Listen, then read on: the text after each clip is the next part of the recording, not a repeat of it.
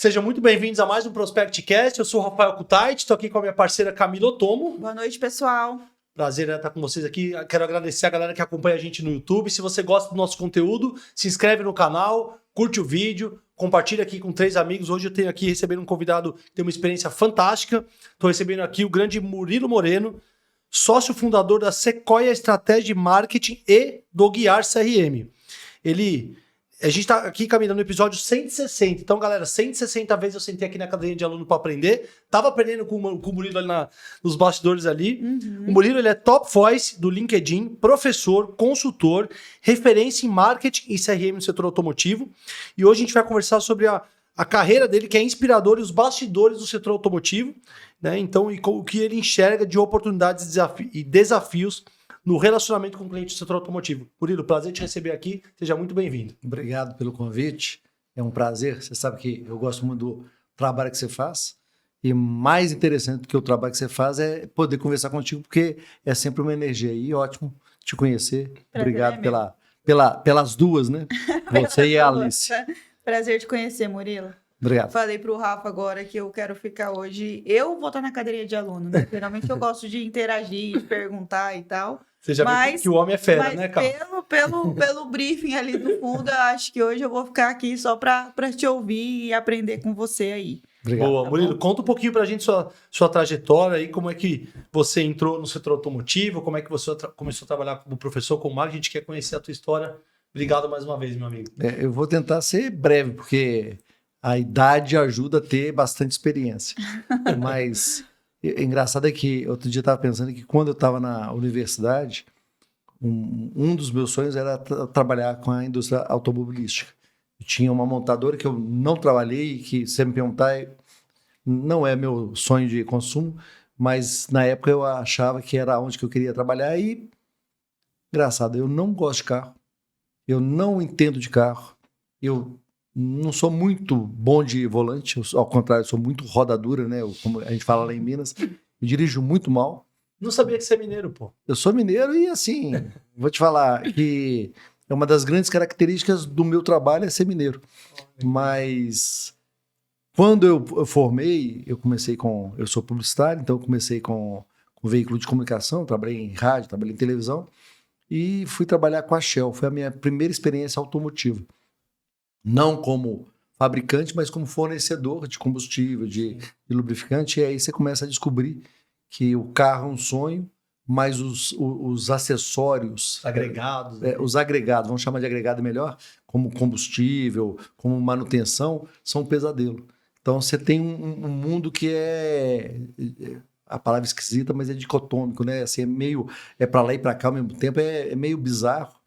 Mas já com marketing, já? Sempre marketing. E aí, inclusive, cheguei a trabalhar no Rio de Janeiro, a ser responsável pela parte de mídia.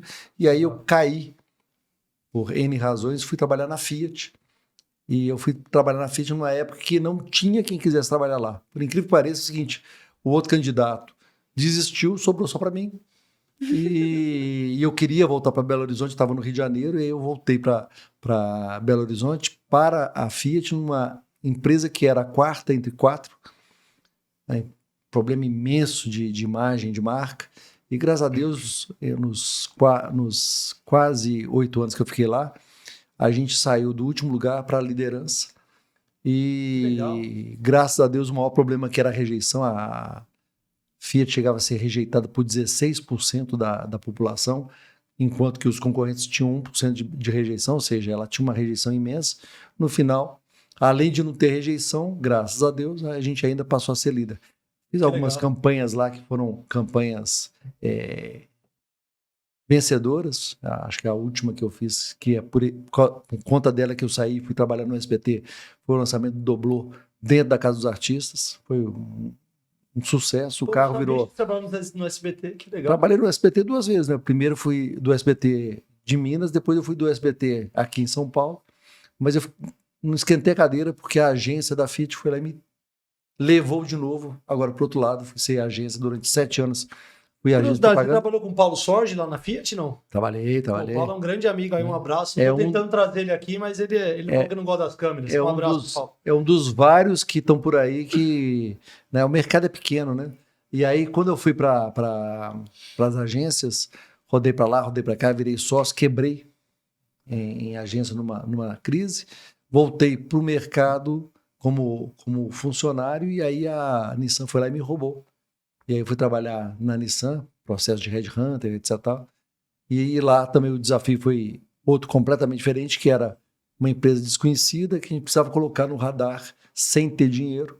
E aí a gente fez loucuras, entre as quais o famoso comercial dos pôneis malditos. Caraca, é verdade, esse é famoso, hein? O meu apelido no mercado, inclusive, publicitário, é o pai dos pôneis. Que legal. E esse Pra quem não comercial... assistiu, tem algum vídeo, alguma coisa que dá pra assistir no seu Vai. canal? Quer falar Não, do seu canal?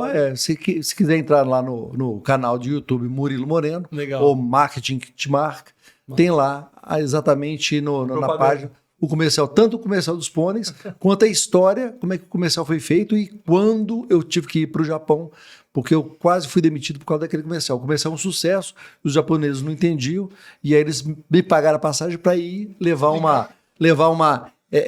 um puxão de orelha, para não falar um palavrão, internacional. E eu voltei de lá com eles dando parabéns e falando, olha, fantástico o que você está fazendo, porque eles entenderam finalmente o que a gente estava fazendo. E naquela época já era uma música chiclete. Ela, inclusive, ela explodiu no mundo inteiro. Exatamente. Tinha países... E era a coisa mais interessante, o pessoal falava, olha, aqui no meu país, os meus amigos de Nissan, ninguém entendeu a música, mas é tão impressionante, mas tão impressionante que as pessoas cantam sem saber o que elas estão cantando, como se fosse um sucesso. E a vida estava ótima, estava tudo lindo, maravilhoso, aí eu fiquei viúvo, e quando eu fiquei viúvo eu resolvi deixar de trabalhar, na verdade. E os amigos do mercado automotivo, e o Daniel Kellerman. Um abraço pro Daniel aí. Fantástico. Ele foi fundamental na minha volta à vida, e eu falo isso muito com ele. Ele é amigo, assim, é irmão.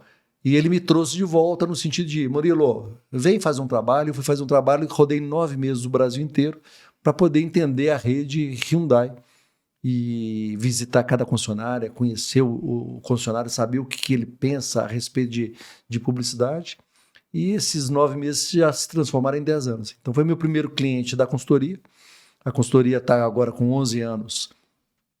E graças a Deus não sou só mais eu, sou eu, o Tai Kawasaki e o Abelardo Pinto, que já esteve aqui contigo, inclusive. Um abraço para o Abelardo, foi nosso mentor lá, nosso conselheiro também, o Tai. Então, inclusive o Tai está convidado para vir aqui também fazer uma entrevista. Vai ser o próximo. E aí a gente, depois que eles vieram, a consultoria que estava relativamente bem, ela não ficou bem, ela ficou ótima. Porque agora a gente está podendo chutar para todas as posições. Time forte ali, a escalação de vocês três ali. Eu escolhi bem escolhido quem que eu queria como meus sócios. Tem também a Patrícia lá, a Patrícia Paiva, que também é nossa sócia lá na empresa. E a gente tem, graças a Deus, crescido mais do que a gente está dando conta. Parabéns. O que é ótimo. E quem quer conhecer a Sequoia, você não quer deixar aqui as redes? Como a sequoiaestratégia.com ou sequoiaestratégia.com.br com Q-U-O, né? S-E-Q-U-O-I-A, né? sequoiaestratégia.com.br, tá lá, mas quem quiser pode me ligar, né? Vou dar o meu telefone, é 11 99 509 8732, depois você coloca aqui para o pessoal. Aparece aqui embaixo aqui para a galera e o site também. E estou à disposição para poder falar de serviço sempre. No meio, só para poder, antes de você, né, no meio dessa história toda, a gente criou uma empresa de CRM, porque a gente olhou para o mercado e viu que tinha um nicho que não estava sendo atendido e era um problema de um cliente nosso da consultoria. E depois de 2 anos desenvolvendo, a gente está agora colocando no mercado, que é o Guiar CRM. Que legal, hein? Parabéns pelo projeto, pela trajetória. E uma coisa que eu sempre comento com a galera é que assim, o mundo da montadora é totalmente diferente do mundo do varejo, da concessionária. E você viveu os dois mundos, né? Qual você acha que são as principais diferenças, assim, da mentalidade, do formato, né? Porque eu que sempre fui de concessionária da ponta, até comentei com você, quando eu vou lidar com montador, eu sinto uma diferença, assim, astronômica. O que você acha que são as principais diferenças, características, enfim? Eu acho que a primeira grande diferença é que a montadora, ela é processo e planejamento na base. Ou seja, o que eu quero dizer com isso? Não dá para uma montadora lançar um carro, fazer todo o processo, todo o ciclo de vida se ela não é planejada. Não dá para você simplesmente lançar. Você tem que ter antecipadamente quais que são as possibilidades, o que mais agrada, como é que estão os concorrentes, ou seja, você tem um ciclo de planejamento De pesquisa, de 20 anos. de inteligência. Até o carro chegar na rua, são 20 anos entre sair e pensar qual que é a tendência, porque, olha, nós estamos hoje no ciclo dos SUVs, mas daqui a 20 anos o SUV vai ser um carro ultrapassado. Se eu não estiver pensando hoje, lá na frente eu não estou. Então, assim, eu tenho um planejamento muito importante, inclusive até na parte de venda do dia a dia, eu preciso planejar, porque eu preciso produzir. Perfeito. Diferentemente, a concessionária, ela é varejo, ou seja, ela tem que ver o hoje. Ela não tem que pensar como é que era no passado ou como é que vai ser no futuro. Ela tem que saber hoje o que a pessoa precisa de comprar, o que ela quer comprar hoje. Então, essa é a principal mudança ou a principal diferença que faz com que muitas das vezes o concessionário não entenda a montadora e a montadora não entenda o concessionário. São dois bichos diferentes. Mundos diferentes, né? E vocês que são da associação, inclusive a gente não falou aqui, né? Você também trabalha na associação. Trabalho na Abraí. Você é diretor lá, né? Eu sou consultor. Eu sou consultor da Abraí, mas eu sou responsável lá por toda a parte de mídia e de tecnologia. Porque é o desafio da associação fazer esse link, né? Essa comunicação, né? Entre a rede. Ela tem que entender ao mesmo tempo os dois mundos e ela tem que desentender, ou seja, não entender os dois mundos também, porque senão, se ela não tiver a capacidade de não entender o outro lado, ela não vai saber o que o lado de cá está pensando e vice-versa. Mas não é fácil fazer esse meio de campo, né, Murilo? É um desafio, né? Assim, entender todo mundo, chegar num consenso, porque tem que ter um consenso da rede aqui, que já é difícil, para levar a proposta para lá e tentar... O problema não está na associação, o problema não está nos concessionários, o problema sempre está na montadora. Né? É ruim falar isso, ainda mais eu que vim de montadora, mas assim, o que eu quero dizer com o problema está na montadora? A montadora que acha que tem a solução, essa montadora está morta no mercado. Por que é que uma Toyota funciona bem? Por que uma Hyundai funciona bem? Por que uma Fiat, né, uma Stellantis funciona bem? Porque elas estão preocupadas em entender o consumidor, mas elas estão muito preocupadas também em entender o canal de vendas, o representante que é o concessionário. Toda montadora que começa a achar que ela tem a solução e que o concessionário é que está fazendo errado... Tem que engolir a... É isso aqui, ou é isso, é isso. Não quer, né? Tchau. Você pode ver que são as que perdem mercado. Eu tenho a sorte de trabalhar há 10 anos com uma montadora que entende o concessionário e que, inclusive, está do lado do concessionário sempre que precisa. Por isso que vai bem. Né? Eu tive a sorte de trabalhar na Fiat numa época que, depois de brigas e brigas, chegaram tanto um vice-presidente na Fiat como um presidente na Abracaf que viraram amigos e conseguiram fazer a conversão, porque o que o concessionário quer é exatamente o que a montadora quer, vender e ganhar dinheiro. Né? Na hora que você acha que eu ganho dinheiro e você não, e tem montadora que tem essa postura, complica. A coisa vai ser complicada. Do outro lado, assim, é lógico que tem concessionário que também tem uma postura beligerante, briguenta e que não quer entender o lado da montadora. Mas do lado dos concessionários, como são vários grupos, são várias empresas, então você tem uma diluição, você tem uma opinião média. O que eu quero dizer com isso? Uns poucos que possam ser mais briguentos, eles não mudam a realidade da associação ou da rede. Agora, na montadora, se a montadora não está a fim de ouvir a rede, cara, esse é um problema. Posso estender essa questão de você achar que já faz tudo certo, que não precisa, que eu acho que é o caminho da ruína para o empresário, né? Para a alta gestão, porque um diretor, um empresário também que não quer se atualizar, eu cheguei aqui, né? Aquela síndrome de Gabriela, nasci assim, sou assim. Eu falo que é o caminho da ruína. A gente conversou aquele dia e eu gosto muito de ouvir, de aprender, de receber feedback. Então, montadora que acha que já sabe tudo, que o usuário tem que engolir o que ela pensa, né? é o caminho da ruína. E o empresário também, né, que não tá com a cabeça para ouvir, para ter um feedback, para se atualizar. Eu sempre falo que eu não tenho pacto com ele. A gente estava falando hoje das metas, né, cara? Pô, se a gente errou, qual o problema? A gente errou, a gente volta atrás. E aí, a pessoa às vezes fica no orgulho, tanto de querer aprender coisas novas ou de assumir um erro. Porque, cara, eu estabeleci, por exemplo, a meta errada. Vamos aí fazer a meta? Tá errado. Rafa, Faz sentido isso, Murilo? eu acho que o maior problema não é do empresário, mas o maior problema do ser humano é que a gente se apaixona pela gente mesmo.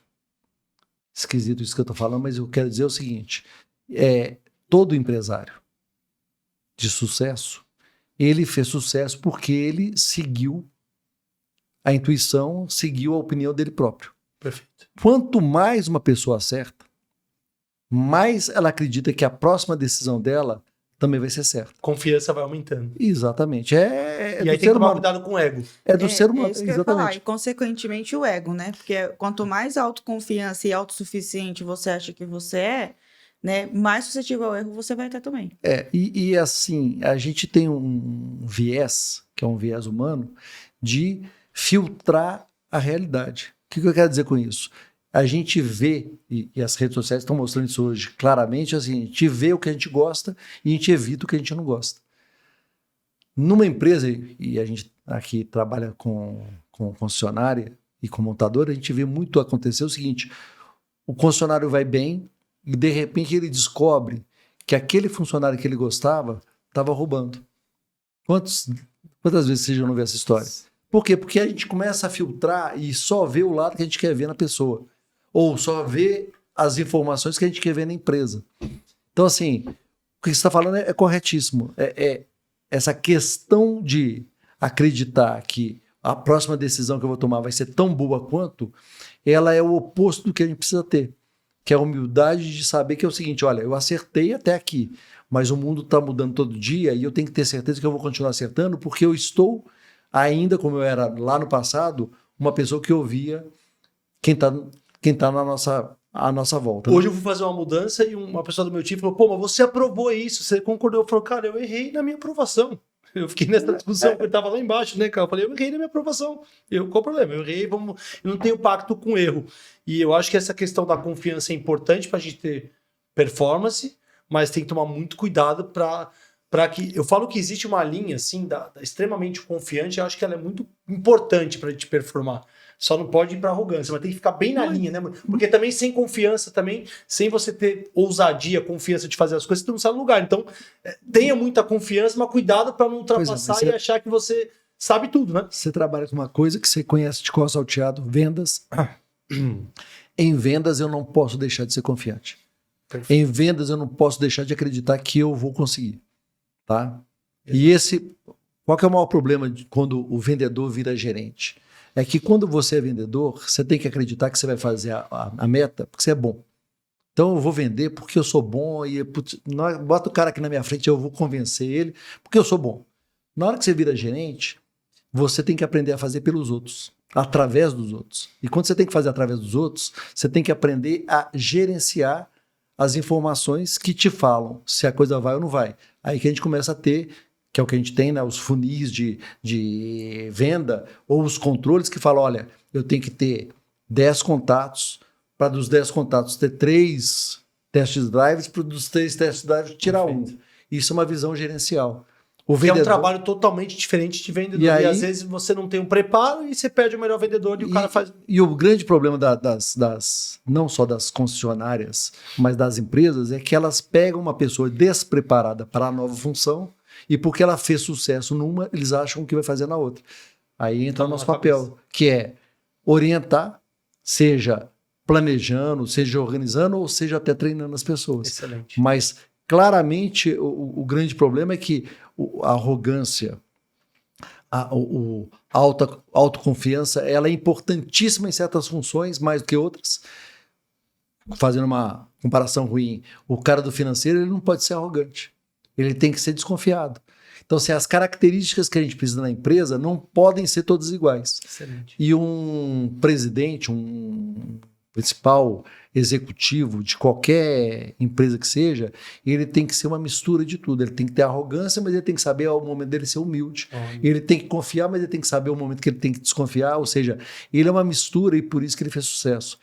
E isso não é fácil de acontecer. Sim, isso não é fácil de manter durante anos. Reconhecer o erro, pedir desculpa. Cara, eu peço desculpa, eu peço feedback pra minha equipe. Outro dia acabou a reunião comercial, eu falei pro comercial novo, eu falei assim, pô, me dá um feedback. Ele falou assim, mas como assim? Você é o dono? Eu falei assim, mas e daí que eu sou o dono?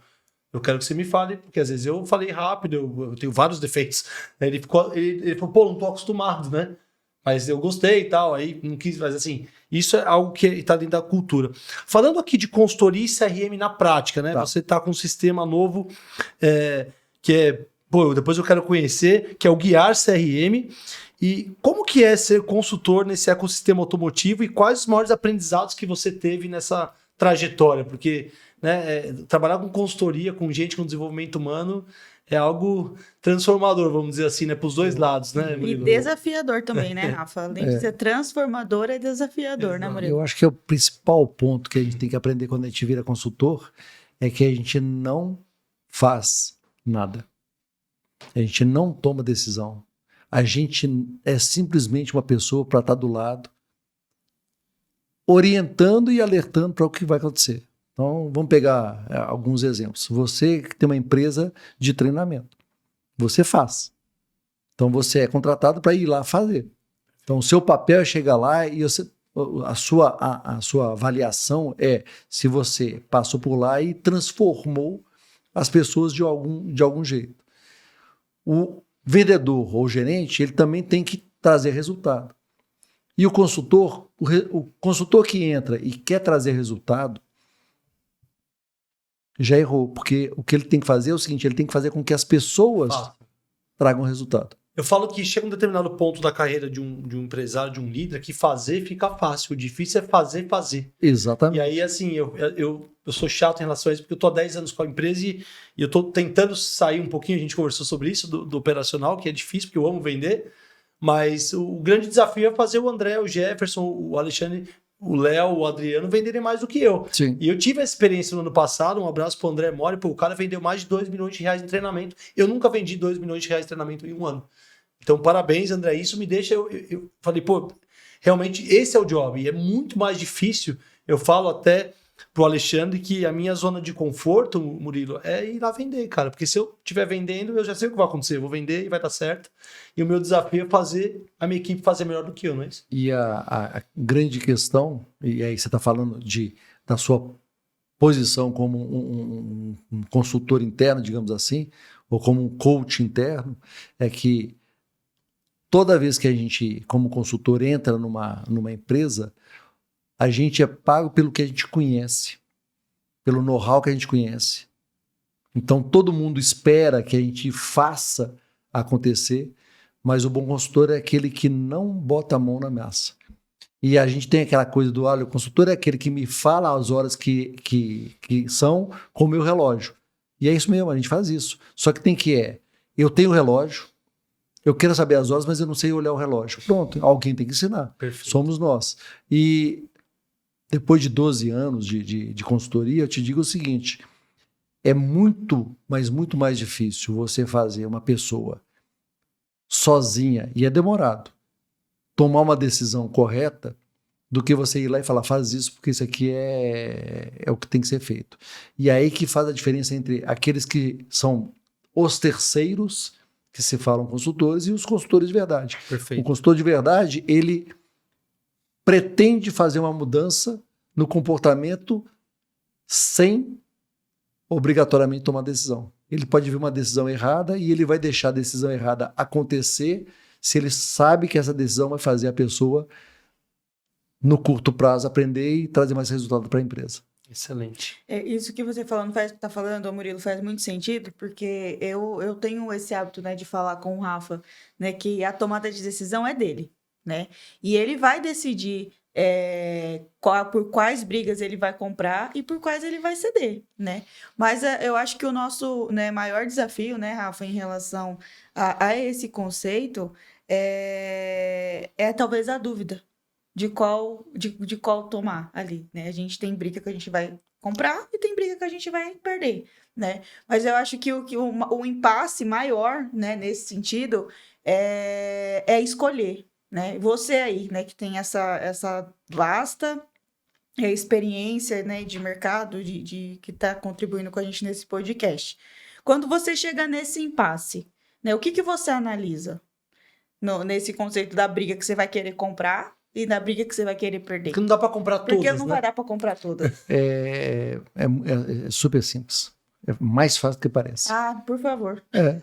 A minha questão sempre é lembrar que eu não estou numa corrida de 100 metros, eu estou numa maratona. Uhum. Significa dizer que o meu objetivo final é mais importante do que o objetivo intermediário. O macro, né? Mais que o micro. Exatamente. Então, eu tenho um hábito, inclusive, de falar com o Thay e com o Abelardo, que não existe decisão ruim.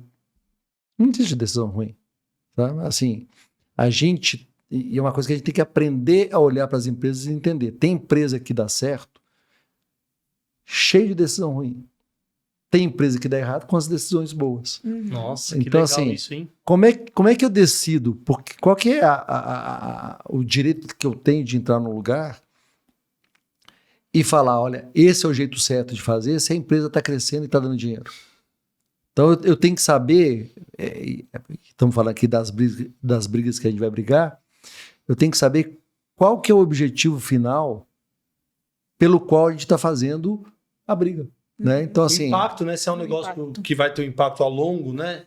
Assim, vamos lá, para tentar entender assim, de um jeito mais prático. O funcionário te chama para poder saber, olha, eu quero crescer e eu não sei como é que eu vou crescer. Uhum. Aí você chega lá, você analisa, você vê que está tudo errado. Só que o cara está ganhando dinheiro. Aí você vira e fala, olha, se você fizer isso aqui, você vai ganhar mais dinheiro. Aí o cara fala, mas eu não quero. Eu tive um caso que o cliente tinha um gerente que a montadora queria que tirasse, porque o cara não fazia o trabalho direito. E ele falou comigo, Murilo, eu não posso demitir esse cara porque eu tenho uma relação pessoal com ele, eu não posso demitir. Eu preciso consertar o problema, mas o consertar o problema não é trocar a pessoa.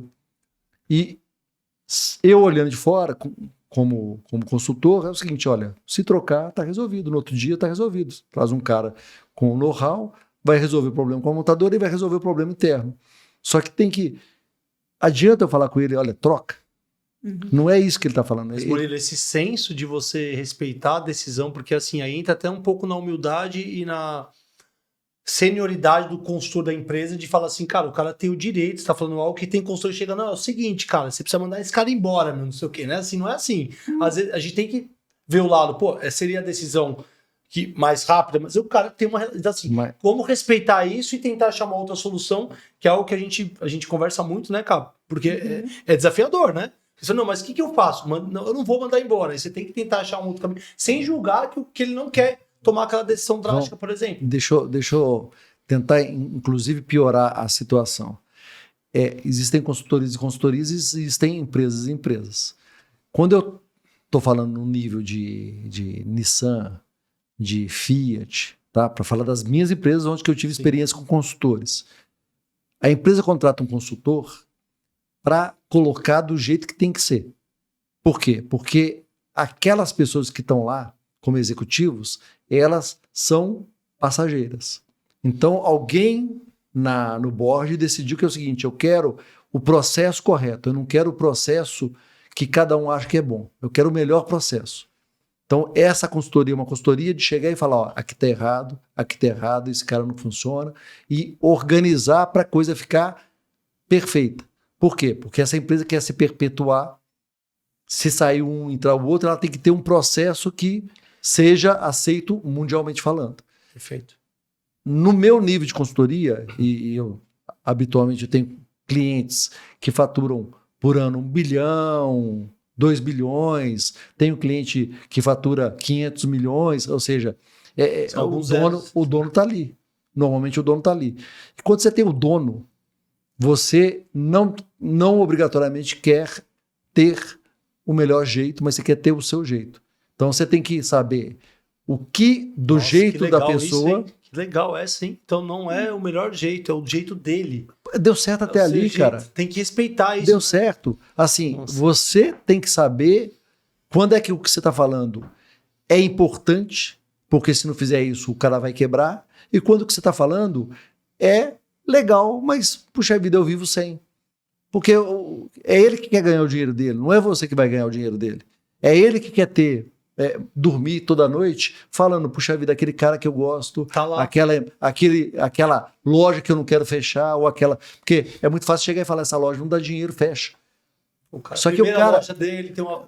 Tem N razões. Não dá Então, pra julgar, né, Murilo? Ô, Murilo, você tá me falando, eu tenho até uma lembrança aqui de uma consultoria que eu fui fazer, né, que às vezes na Prospect Pro a gente tem esse hábito de fazer o diagnóstico, né, na empresa e fazer o levantamento ali da necessidade do cliente, né?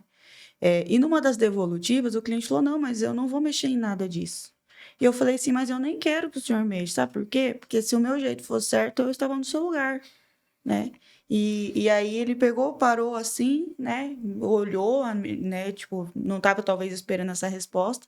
Eu falei, porém, se o senhor, a partir do momento que o senhor teve a iniciativa de me permitir, né, entrar na tua empresa e te trazer uma devolutiva de como está o seu processo, eu entendo que também o senhor não está satisfeito com isso. Então, eu, no meu papel de consultora, me fala o senhor de que forma que eu posso te ajudar a corrigir, então, esse tipo de erro, corretíssimo. né? A construir A uma... construir, porque assim, eu não sou auditora.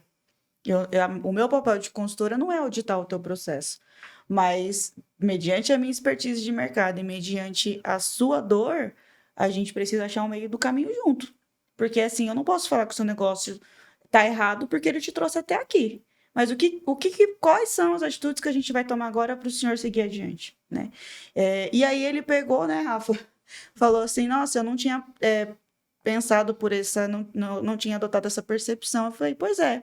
E nós, né, como consultoria, quando a gente chega em alguma empresa, a gente é visto como um inimigo, né?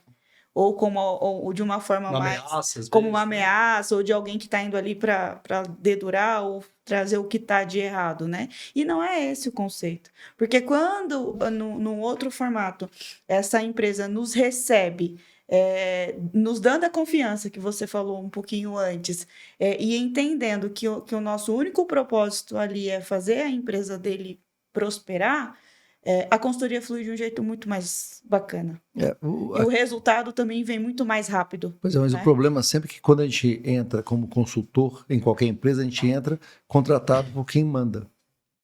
E a gente tem que trabalhar com quem não manda, Com quem executa. com quem executa. Perfeito. E aí, assim, por isso que as pessoas ficam receosas, porque elas sabem que elas podem, daqui a pouco, não estar mais lá por causa do trabalho que a gente faz. Uhum. Então, não é uma função fácil. Fica desafiador. de fora é muito mais fácil você olhar e falar, puxa vida, essa vida aí é muito boa. Mas não é uma vida muito fácil, porque você, primeiro, é solitário, é você contra todo mundo, Uhum. é mais ou menos isso, né? Estou exagerando, mas é esse conceito, e você está ali para poder apontar as coisas que poderiam ser melhores. Perfeito. E apesar de eu falar que, olha, a gente tem que entender que o cara tomou decisão, é ele que faz e tudo, a gente tem duas coisas que eu gosto muito de falar, que a primeira é, o que te trouxe até aqui não é o que vai te levar para frente. Total. E esse é um problema normalmente no empresário, ainda mais o empresário que ainda é dono, ainda não tem uma estrutura, Uma governança. mais profissionalizada. Então o cara, ele cresceu tomando certas decisões e quando a coisa aumenta, Começa a tomar na cabeça. as decisões que funcionavam no passado não funcionam mais. Por isso que a gente acaba entrando, porque olha, eu estou fazendo a mesma coisa e o resultado não está vindo. Onde que eu estou errando? Isso é uma coisa que eu adoro falar. Mas um outro ponto que tem relacionado a essa questão de consultoria é que você não pode deixar de apontar os problemas. Né? Eu gosto muito de repetir, principalmente lá dentro de casa, lá dentro da Sequoia, que é o seguinte, olha, a gente viu um problema, a gente tem que apontar. Mesmo que o cliente fale, eu não quero fazer, eu não quero resolver. Por quê? Porque ele tem que saber o que é o resultado das decisões que ele está tomando. Porque ele pode estar tomando a decisão achando que inocentemente ele está continuando no mesmo caminho, vai tá tudo bem, mas pode ser que ele tenha um problema. Então, dei aquele exemplo do funcionário, do gerente lá, olha, preciso demitir, é o seguinte, ok, significa dizer o seguinte, você vai ou ter que compensar de algum jeito, ou vai perder dinheiro do outro. Não dá para fazer. E ele falou, não, eu prefiro, durante um tempo, perder, desde que eu tenha, no final, resultado de um lado e resultado do outro, ou seja, a montadora feliz e o funcionário mantido na função. Excelente. Muito bom. Falando do Guiar CRM, né? Então eu queria trazer para a galera aqui que você falasse primeiro o que é CRM, vamos pensar aqui no leigo que está assistindo, e um pouquinho do projeto, né? Fala um pouquinho do Guiar aí para quem quer conhecer, quais são os diferenciais, enfim, eu estava ouvindo você ali, estou empolgado para conhecer. Esse é um projeto interessante, né? Esse é um projeto que começou há 8 anos, 9 anos atrás. Olha. Eu comecei na hora que eu fui para concessionária, ver o perfil dos clientes, entender, eu falei, mas peraí. E eu tinha a visão contrária quando eu estava na montadora. O cliente, quando ele deixa de ser cliente da montadora A e vai para a montadora B, não obrigatoriamente ele deixa de ser cliente da concessionária. Porque se eu tenho um grupo que tem várias marcas, esse cliente pode ser que ele passou da A para B dentro da minha própria empresa. Ou tem um carro da minha família que faz revisão ainda, enfim, tem várias... Tem N soluções, N questões que acontecem e que as ferramentas do mercado automotivo não consideram. Você vai para um outro mercado de supermercado, ou mercado de roupa, ou qualquer mercado que você vá, eles olham para o cliente como uma pessoa. A gente olha para o cliente como um dono de um carro. Nossa, é verdade. Então, assim, o nosso papel é distorcido pela visão montadora. Ou seja, eu quero ter certeza que o carro continua funcionando bem.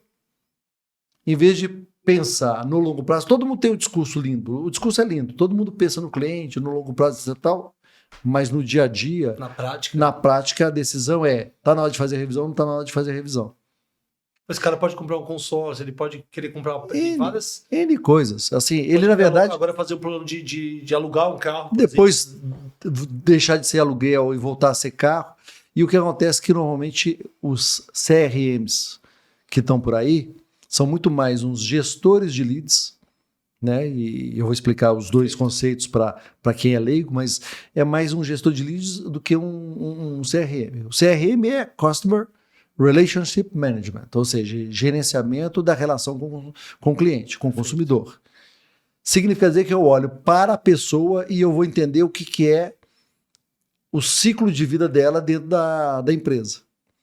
A jornada ali. Total. A jornada, não a jornada daquela compra, mas a jornada durante a vida. Ou seja, o cliente tem uma vida, né, que começa ali aos 18, teoricamente, quando eu me transformo dono de um carro, 18, 20, depende da idade, mas que vai parar lá para os 65, 70 anos. Quando eu falo, eu não quero mais dirigir, alguém dirige para mim. Tem 50 anos de jornada. Ali. Isso. Só que as montadoras, elas consideram aqueles ciclos de 3 anos, como se fossem os ciclos do cliente. Não, é o ciclo do carro. Então, o que acontece hoje em dia é que tem várias ferramentas por conta do aparecimento do lead de internet, que é eu entro no Webmotors, eu entro no Facebook, eu entro no site da montadora ou da concessionária e deixo meu nome falando, eu quero comprar um carro. Aí eu gerencio isso. O cara está interessado, eu telefono para ele, coloco o que a gente chama de topo do funil e faço o processo todo até ou o cara falar não quero comprar, ou ele falar eu quero comprar com você. Então tem um processo bonitinho, cadência ali, sim. Mas que é a gestão do lead, não é a gestão do relacionamento. O relacionamento ele ultrapassa isso. Olha que legal. Então o que a ferramenta, o Guiar em si, ele faz? Uma coisa muito simples. Eu coloco num banco de dados todas as relações que ele tem, todas as interações que ele tem com todas as empresas do grupo e eu prevejo o que esse cara quer ou não quer no futuro. Por quê? Porque eu tenho algumas ferramentas. A primeira ferramenta, eu tenho a possibilidade de comparar o comportamento do Rafael com o comportamento de outra pessoa que tem a mesma idade, que mora mais ou menos parecido, que tem carros parecidos, ou seja, eu consigo fazer uma relação e falar, olha, todo mundo que tem carro tal, que tem tal idade e que é casado, etc. tal, depois desse carro passa a ter aquele outro. Por exemplo, eu que sempre tive picape, agora tenho filho, posso passar SUV. Então tem uma É isso. tendência que as pessoas, sei lá, eu tive em média com 35 anos nessa região, a pessoa que tinha picape migra. É isso assim. Aí você vai usar isso na sua estratégia de A marketing. questão toda é que, da teoria, todo mundo sabe disso. O Mas problema na prática? todo é transformar, e não é nem na prática por uma questão de eu não saber como fazer, é que as ferramentas não entregam. Você mexe com isso, eu mexo com isso. Camila, não sei se ela já teve essa experiência de tentar mexer com outras ferramentas do mercado, o tão difícil que é conseguir uma informação. Total. Então, nós fizemos uma ferramenta simples, fácil, em que você consulta facilmente o histórico e você sabe qual é o próximo passo. E funciona para vendas e pós-vendas. Vendas, pós-vendas, consórcio, pesquisa, Amplo, seguro, acessório, ou seja, tudo isso que a gente está falando aqui não é nada mais, nada menos do que produtos para o meu consumidor. Fantástico. Eu não posso virar e falar, olha, eu só vou entregar Pro lead. vendas. Só vou entregar pós-vendas. No meu caso é só peças. No meu caso é só seguro. No meu caso, por quê? Aí eu tô foco no produto e não foco no cliente. A minha ferramenta, a ferramenta que a gente colocou no mercado, ela tem foco no consumidor. Fantástico. Tão simples quanto isso. E aí, pela facilidade, porque é uma ferramenta nova, desenvolvida já num jeito novo de pensar. Tecnologia evoluiu dos últimos 20 anos, cada dia é de um jeito, que já considera inteligência artificial. Ela consegue te entregar um lead, não de um cara que está querendo um carro, mas de um cara que está começando a entrar no momento de pensar em comprar um carro. O potencial para isso. Você telefona para ele, e esse é o maior problema, porque o vendedor telefona falando, olha, você está querendo comprar um carro? O cara fala, não estou não. Não é esse. O lead que a gente gera, o prospect que a gente gera é o seguinte, Rafael, estou vendo que você é um cara que troca carro de 3 em 3 anos, que você já fez as últimas revisões com a gente, que você, pela idade, deve ter casado, ou seja, eu faço um discurso de, você não quer vir aqui para a gente bater um papo para ver qual que é o seu próximo carro? Então eu viro amigo do cliente, eu faço relacionamento de verdade. Com dados, Isso. criando conexão. Porque os dados estão todos lá. Para você ter uma ideia, uma das coisas que a ferramenta tem é a previsibilidade ou a predição, que é a palavra certa, de qual que vai ser o próximo passo que o cliente vai ter. Que legal, hein? Né? E isso, teoricamente, funciona bem? Funciona à medida que você vai pondo mais informação.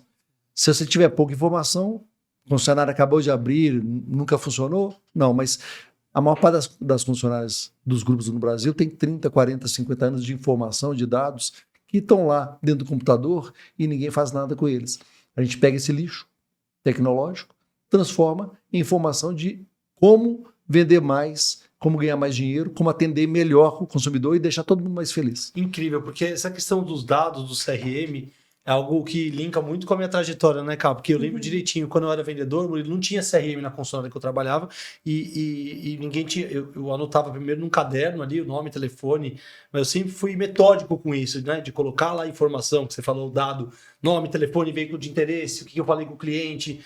Depois eu fui para uma planilha Excel e eu lembro quando veio o CRM, quando veio implantar lá o NBS, na época, eu não fui resistente, mas eu falei pro meu patrão, pro titular, falei, olha, eu vou continuar usando a planilha. Ele falou, cara, você é maluco, você vai fazer nos dois? Eu falei, eu não confio nesse sistema, a minha planilha eu não vou parar de usar. Ele falou, cara, isso aqui vai te facilitar. Eu falei, tudo bem, eu vou usar, só tô te falando que eu vou fazer nos dois lugares.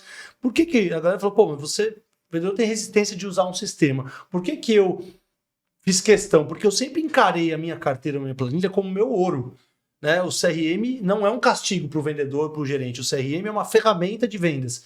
E eu falo, vou mais além, Murilo. É uma máquina realizadora de sonhos. A gente estava conversando nos bastidores, eu vou abrir aqui, porque né, é o que a gente estava falando lá. Ah, não, o Rafael é um vendedor extraordinário no CRM, na prospecção. O que eu faço, que a gente falou ali? O básico bem feito com disciplina. Então, o básico bem feito com disciplina, você simplesmente registrar as informações, ainda mais hoje, que tem integração, que o lead já é cadastrado, o vendedor tem que colocar ali um histórico, né? Ele tem que colocar ali uma data do próximo contato, quando ele vai manter contato com esse cliente. Então, o vendedor, eu acho que algo que ele precisa... área comercial, né? O gerente, o vendedor, ele tem que realmente fazer essa mudança de que o CRM não é um castigo, é uma ferramenta de vendas. Então não é para auditar o vendedor ou para prejudicar, é para se organizar. E o vendedor que acha que está organizado no WhatsApp, desculpa, Murilo, se não tá, é um fanfarrão. Você acha que você está organizado, mas você não tá. Você vai se perder. Não, tá tudo no Zap aqui. Em 3 perguntas eu provo que ele está perdido e você vai perder informação. Então, assim, eu acho que uma dica que tem que ficar para a galera é que eles têm que começar a entender que essa organização, essa disciplina vai te ajudar a vender mais carro para o gerente, vai te ajudar a gerenciar melhor a tua equipe e com dados, que é algo que é hoje crucial, a gente consegue vender muito mais e melhor. E não só vender volume, né? Ser mais assertivo na estratégia. Até, Murilo, você usado aqui de falar que você pode até reduzir o seu investimento em mídia, em marketing, muitas vezes, porque o concessionário não trabalha muito bem a base de clientes que ele tem, não é isso? O que acontece no mercado é muito interessante, porque a gente vive de ciclos, né? Teve o ciclo dos feirões, a gente passou por isso. Sim. Teve o ciclo dos pregões de guerra, que a gente está talvez ainda no finalzinho dele. Daqui a pouco vai aparecer um outro ciclo. E os ciclos, normalmente, eles criam verdades. E o ciclo dos pregões criou uma verdade muito interessante, que é o seguinte: se eu fizer uma prospecção muito bem feita, eu vou aumentar a venda. Verdade. Todo mundo já sabe. É verdade. Só que tem que acontecer o seguinte: quando você exagera no remédio, você mata o paciente. Quando você faz pregão todo mês, depois do 2º, 3º mês, o cliente fala: puta, de novo? Mês passado era a melhor oferta da minha vida, agora vai ser de novo? Eu não acredito. É a melhor da melhor agora? O que mudou, como você falou aquela hora? Por que dessa vez eu vou acreditar? E esse é o problema das soluções mágicas. As soluções mágicas, elas usam aquilo que é bom e que funciona de uma forma exagerada. Feirão é bom? Feirão é bom porque você bota oferta, bota... carros, né? Ou seja, versões, todos os modelos, você facilita e você chama muita gente.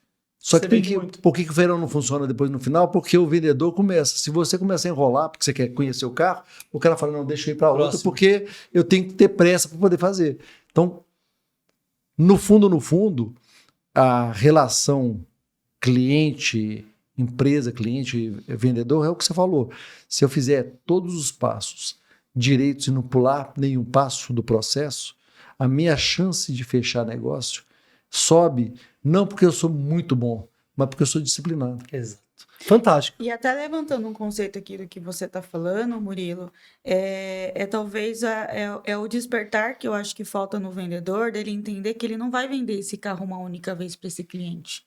Né, que é até uma das técnicas que a gente traz dentro do treinamento, que se chama régua de relacionamento humanizado. Então, ou seja, se eu te vendi um carro hoje, né, não é ir lá no pós-vendas, passar para o consultor, daqui para frente o cliente é teu e eu estou à disposição e pronto. Não é sobre isso. Né? Não é sobre isso. Né? Então, dentro, né, reforçando essa questão das nossas técnicas de treinamento, a gente instrui o vendedor a fazer o acompanhamento dessa jornada. Né? Porque teve um convidado, né, Rafa, que falou aqui pra gente no podcast que, na média de vida, esse cliente ele vai trocar de carro no mínimo 17 vezes. Né? Só que ele não vai ligar 17 vezes para esse cliente para vender. Ele precisa fazer o quê? Acompanhar a jornada. E hoje eu ainda, né, talvez até por falta de conhecimento da minha parte, eu ainda não achei o CRM que faça o vendedor ter essa jornada junto com o cliente. Desde quando ele compra, quando ele volta para fazer revisão, integrado, entendeu? Sim. A gente sempre trata o CRM separado do que é, como você falou, vendas, gestão de lead e depois de pós-vendas. O Guiar faz isso, ele faz essa integração? Faz, mas Legal. Vamos lá, você está fazendo um comentário que talvez seja mais importante para a gente lembrar. De quem que é o cliente? O cliente é da montadora, é da concessionária ou é do vendedor? Eu acho que esse é o principal, a principal razão dos problemas de ferramentas, que é informação é ouro. O Rafael falou olha, eu tenho aqui a minha cadernetinha, onde que eu tenho os telefones. Toda concessionária, quando você vai embora, principalmente os bons, fica preocupada porque ela sabe que ela vai perder cliente. Vai levar uma parte. Vai levar por quê? Porque, na verdade, em momento nenhum a relação foi com a concessionária. Foi com o vendedor. Foi com o vendedor. O WhatsApp dele, o telefone dele, sem dados no sistema. Você vê que a moda agora é eu entregar o WhatsApp Business, eu entregar um celular, que na hora que você for embora, o celular fica comigo. Mas o celular fica, mas a relação vai embora. Então, o que nós estamos falando é que a montadora, ela acha que porque o carro é dela, o cliente é dela. Ela está certa, é dela. A concessionária, ela acha que porque ela que fez o processo todo, teve o vendedor, é dele. Também está certo. Na outra ponta, o vendedor também sabe, só que tem que dos três, o único que é o contato dia a dia humano é o vendedor. A conexão maior é com então, o vendedor que faz o que você está falando, ele leva o cliente para qualquer carro, porque ninguém é fiel, digamos assim. Ninguém é exagero, mas a maior parte não é fiel a uma única marca. Eu tenho preferências. Exato. Desde sempre, 50% dos carros, das pessoas, muda de marca. Então, assim, já é de se esperar que metade você perca. Mas o que acontece? Essa pessoa pode deixar de sair de uma concessionária, de uma montadora, mas se o vendedor for bom, ele leva para uma nova marca. Perfeito. Essa que é a questão. Murilo, na sua visão, onde as concessionárias estão perdendo dinheiro por não explorar bem o CRM? Qual você acha que são os pontos mais críticos ali que eles estão deixando dinheiro na mesa? Cara, assim, é mais caro você conquistar um cliente novo do que você manter o mesmo cliente. E aí, só que tem que é mais trabalhoso você manter o mesmo cliente do que você conquistar um novo. E tem uma questão... E a cultura normalmente é de novo, mais. Eu ia atrás, porque a montadora exige, porque a montadora pressiona, o porque vendedor enterra o vendedor. Exatamente. Então, o que acontece? É mais fácil contratar um portal para mandar leads para mim do que eu internamente ter uma ferramenta que me entrega o próximo passo do meu cliente. Por isso o guiar. O guiar é, olha, eu quero que você vá para o lado mais barato e não para o lado mais caro. É mais trabalhoso, porque eu tenho que saber que o Rafael é mais importante para mim do que a Camila. O que a gente ouve normalmente nos concessionários é o seguinte, não, tá todo mundo igual. Já começou errado, não é todo mundo igual. Um cara deixa muito mais dinheiro do que o outro, por que eu vou tratar igual? Eu tenho que tratar a Camila bem, mas não vou tratar ela mal só porque ela gasta menos. Mas eu vou tratar maravilhosamente bem o Rafael, que deixa mais dinheiro na mesa. Então, uma das coisas que é onde que o dinheiro fica para trás, onde que o concessionário perde, é que ele monta uma solução one size fits all. Ou seja, tudo é igual para todo mundo. Enquanto que o cliente do lado de lá, cada um quer ser tratado. E vai deixar um dinheiro diferente na mesa. Se a gente fizer tudo igual... É o primeiro dinheiro que ele perde. Eu não vou nem entrar em outros dinheiros, tipo, eu pago muito para um portal e esse portal me dá um resultado muito baixo, mas é porque a pressão do portal é grande em cima do meu funcionário. Não vou nem entrar nesse nível de detalhe. Ou tem um site, às vezes, que gera poucos leads. Né? Se você não tem um site gerador de leads, você já está errado. Então, assim, ficar refém dos portais, seu site é ruim, isso acontece muito. Né? Esse é o básico, aquilo que a gente fala do básico. O básico a gente tem que fazer direito. Agora, a gente faz o básico direito e ainda dá foco mais em conquista do que em retenção, é o seguinte, você está abrindo cada vez mais a boca para conquistar mais, porque lá embaixo a saída também está imensa. Se você fechar a saída, você não precisa, de repente, principalmente cidade pequena, fechou a saída, cara, você vira dono da cidade. Porque a cultura no Brasil, no setor automotivo, no Brasil, no varejo, é do vendedor assim, esse quer, não quer, quer, não quer. Então o vendedor ele pega lá, recebe 10 leads, não quer comprar, quer, não quer, não quer. E eu sou chato em relação a isso, eu falo isso há 10 anos. Eu falo ao vendedor, o que não quer, quando quer. Então vamos parar com essa cultura de quer, não quer e vamos trabalhar os dados, sondar com o teu cliente uma data de compra. E aí o cara tem preguiça. Aí ele vai cobrar, o gerente precisa de mais lead. Muitas vezes você não precisa de mais lead, você precisa de processo, você precisa de mais follow-up, você precisa de dados, você precisa de um bom sistema. E aí eu vou entrar aqui, essa pergunta aqui linka muito com o nosso processo, cara. Que ações que o gerente, o gestor, o líder pode fazer, né, amanhã já para melhorar essa parte de relacionamento com os clientes, de uso do CRM, porque a gente tem um treinamento de liderança que a gente bate muito a parte de rotina para acompanhamento de indicadores. E o gerente, normalmente, ele não tem uma disciplina nessa gestão. Que dicas que você dá? Que ações que um gerente pode sair daqui hoje para melhorar amanhã a gestão do CRM, o relacionamento com os clientes? Primeira de todas, com certeza, não importa se a ferramenta é ruim ou é boa, é usar a ferramenta, tá? Porque, e você conhece bem isso, vocês dois conhecem bem isso, o vendedor que não coloca o e-mail ou o telefone ou muda o número, etc. Ou põe não tem, arroba não tem. Para evitar a pesquisa de qualidade, pesquisa de satisfação. O cara que faz isso, ele está assinando embaixo de que ele não tem qualidade de trabalho. Por quê? Porque se eu trabalho, se eu atendo bem, teoricamente uma pesquisa vai falar, olha, esse cara realmente me atendeu bem. O cara que falsifica, muda, ele já está mostrando que ele realmente tem algum problema de comportamento. Então, assim, o primeiro passo para um gestor é ter certeza que processos existem e processos são seguidos. A gente está falando aqui de ferramenta, vocês conhecem isso de código salteado, a empresa contrata uma ferramenta cara, coloca a ferramenta e depois de 6 meses, 1 ano, cancela a ferramenta porque ninguém está usando. Ninguém está usando, por quê? Porque não é que a ferramenta é ruim, é porque as pessoas continuam repetindo o mesmo tipo de venda que elas faziam, que é, deixa comigo que eu sou bom demais, eu vou fechar. Bate no peito, tá com o papai aqui. E aí a gente vê aquele vendedor que é persistente, esse cara consegue fazer. O gerente, ele não tem uma rotina, normalmente, ele não tem uma cadência de acompanhamento do CRM. Eu falo que o que está fazendo a minha empresa aos poucos rodar-se em mim, Murilo, eu sou um bebê como empresário, como você com você lá, eu quero sempre aprender, mas uma coisa que eu acho que eu tenho conseguido é implantar essas rotinas que eu pego no pé, eu sou suportável, né, cara, para que a gente olhar na unha.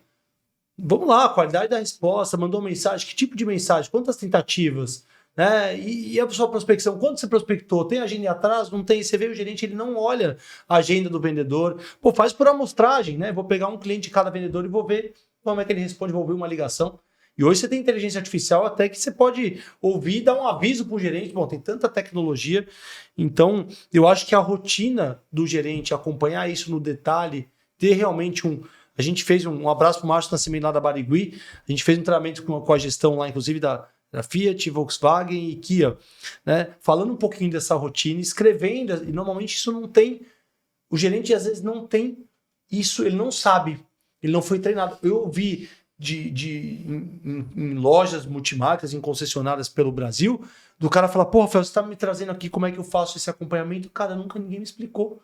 Às vezes você quer espancar o gerente, né? Falar, pô, manda embora, meu gerente não faz, mas você treinou, você que é empresário, você criou um processo, tem uma... Porque se você treinou, tem um padrão e ele não faz, aí você... Eu sou super a favor, né? Eu pego pesado, mas o cara às vezes não tem. Então essa rotina, ela é crucial para que qualquer sistema funcione, né? É assim, a gente falou no começo, e agora você está repetindo, é o seguinte, o vendedor é bom, promove ele para gerente. De um dia para o outro, o cara passa a ser gerente e ter que gerenciar, fazer os outros funcionarem. Só que ele não foi treinado. Tem um cargo aí que inventaram no meio do caminho, que é o vendedor melhorado. Ixi! Murilo, né?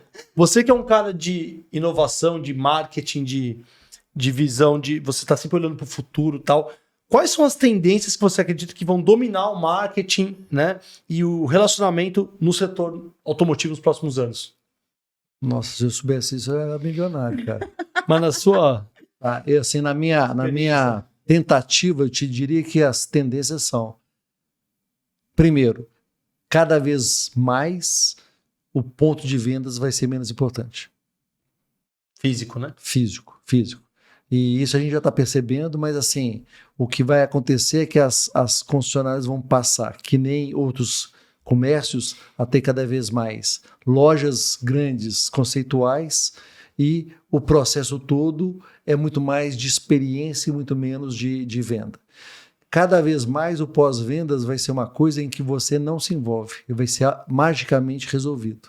Mais tecnologia. Mais tecnologia, e quando tiver algum problema, o cara pega o carro, leva o carro, depois te devolve. E já tem tecnologia que você consegue remotamente, né? Às vezes é O carro módulo, elétrico, por exemplo, você resolve ele todo à distância. Então, cada vez mais, o papel nosso vai ser entender o que, do lado de lá, o cliente quer e entregar. Seja vendedor, seja consultor, seja executivo, né, diretor, o que seja, como é que a gente coloca a tecnologia a favor de nos diferenciar. A gente está falando de processo, a tecnologia ajuda a criar processo, no sentido de ela mantém o ritmo, ela nunca esquece, ela não desiste, ela não se cansa.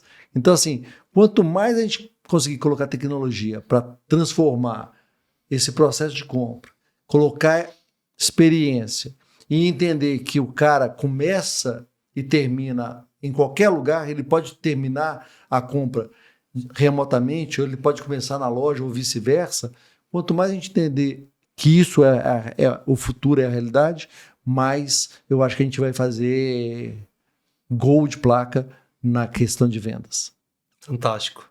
Muito bom, né, cara? Nossa, que aula. Que aula, né?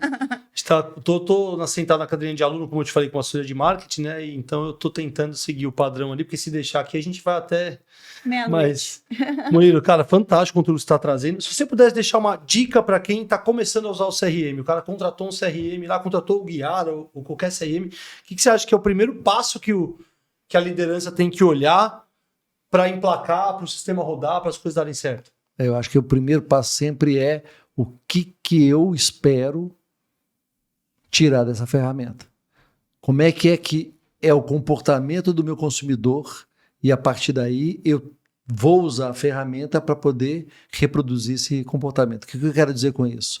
Se eu tenho uma ferramenta que ela me permite saber que na minha cidade fidelidade é uma coisa muito forte, ou que na minha cidade a compra acontece num prazo muito grande, eu tenho que ter essas informações anteriores à ferramenta. Olha, que dica legal. Para a partir daí, quando eu for preparar o que a gente chama de setup, a ferramenta, ela faça com que eu tenha esses padrões na ferramenta, e a partir daí eu possa funcionar. O pior dos mundos é você comprar uma ferramenta e achar que a ferramenta é que determina o comportamento, e não que o comportamento é que determina como é que a ferramenta vai ser preparada. Você fala pesquisar o mercado, o comportamento do cliente. Vou dar um exemplo, posso dar um exemplo, já usando o Guiar. A gente tem um cliente em Goiânia e temos um cliente em Mogi. Goiânia, as pessoas trocam carro com menos de 3 anos. Mogi, elas trocam com mais de 5 anos. Se eu colocar na ferramenta que eu vou falar com um cliente de 5 em 5 anos, em Goiânia eu perdi a chance de vender 2 carros. Se eu colocar na de Mogi, que eu tenho que falar com um cliente de 2 em 2 anos, eu no meio do caminho eu vou incomodar o cliente. Então eu tenho que saber antecipadamente, e está tudo dentro do nosso computador, está lá nos sistemas. Sim. Qual que é o comportamento do consumidor na minha região, na minha região, para a partir daí eu preparar o sistema para poder entregar. Parametrizar o sistema de acordo com a minha realidade. E o que hoje em dia acontece, você contrata uma ferramenta, coloca para rodar e espera que a ferramenta é que te explique como é que o seu cliente funciona. Tá errado. Não tem varinha mágica, né? Não existe, é trabalho. Eu sempre brinco, a pergunta que me fazem muito, qual é o melhor sistema, né? Qual o melhor formato para atender o lead? Tem que ter uma equipe dedicada, né? A gente tem que ter um processo pré-definido, a gente tem que ter uma análise da nossa realidade, do nosso mercado, da nossa cultura. A ferramenta, ela vem depois, ela não pode vir antes, que senão tem alguma coisa de errado. Nunca tinha ouvido falar essa questão de você fazer o estudo de mercado da marca, de região, para parametrizar o sistema. Achei incrível essa dica. Obrigado por compartilhar com a gente. Cara, eu não quero encerrar. Cara, me ajuda aí, vou delegar a parte de encerrar então, cara. Murilo, queria agradecer, né, pela sua disponibilidade, né, por você compartilhar os seus conhecimentos com a gente. De fato, gerou vários insights aqui, até em mim, né, como consultora, principalmente esse que o Rafa falou da gente incluir dentro do nosso diagnóstico, né, esse mapeamento, né, de qual é o comportamento do público daquela região. Então, isso para mim valeu o podcast, foi fantástico. Um abraço para o Abelardo que conectou a gente aí para você estar aqui, tá? Então, mensagem queria aqui. agradecer, né, e colocar Prospect Pro à sua disposição para a gente continuar trocando essa figurinha, porque eu vejo que podemos nos agregar, né, podemos nos ajudar, tá? Muito obrigado. Murilo. Eu queria deixar aqui, Por favor, coloca as redes, tudo lá. eu queria deixar aqui um convite a quem está assistindo, que queira conhecer, ver um jeito diferente de pensar CRM, um jeito diferente de olhar para o cliente e, de repente, usar a nossa ferramenta para poder aumentar as vendas. Eu queria convidar a mandar uma mensagem para mim no WhatsApp, né, 11 99 509 8732. Vai ser um prazer conversar, mesmo que não venha comprar a ferramenta, que venha utilizar a ideia em outras ferramentas, porque o problema não é esse. O problema é quanto mais as pessoas entenderem que o conceito CRM é entender o consumidor, eu acho que mais sucesso o guiar vai ter no longo prazo. No curto prazo pode ser que eu ajude os concorrentes, eu não tenho problema nenhum de ajudar os concorrentes, mas no longo prazo o que eu quero é que os funcionários, que é a razão da minha vida, né, o meu envolvimento, é que eles tenham sucesso a longo prazo. Obrigado pelo convite, eu adorei o papo aqui, e quando precisar, estou sempre à disposição. Pô, não fica falando isso, então eu vou fazer outra ligação daquela lá, vai ter mais 1h30 de mentoria grátis no telefone. Tá certo, você, foi um prazer. Vamos marcar uma próxima, acho que cabe uma segunda edição, hein, Cá, aqui. Com certeza. Tá, e tá convidado. Abelardo, obrigado por criar esse momento, essa conexão, que é um cara que tem uma grande admiração também, nosso mentor, nosso consultor. Agradecer a galera que assistiu a gente aqui nessa 1h06 também. Gostou do conteúdo? Curte o vídeo, deixe seu comentário. Concordando, discordando, a gente gosta que discorda, né, Murilo? Não, coloca lá, não concordei com nada. A gente quer ouvir tua opinião positiva, negativa. Não gasta o dedo, né, Camila? A gente veio de longe até aqui, curtiu o vídeo. É de grátis. É isso aí. Ajuda a gente para que mais pessoas possam assistir esse conteúdo. Muito obrigado. Se inscreve no canal e até a próxima, pessoal. Um abraço. Até mais.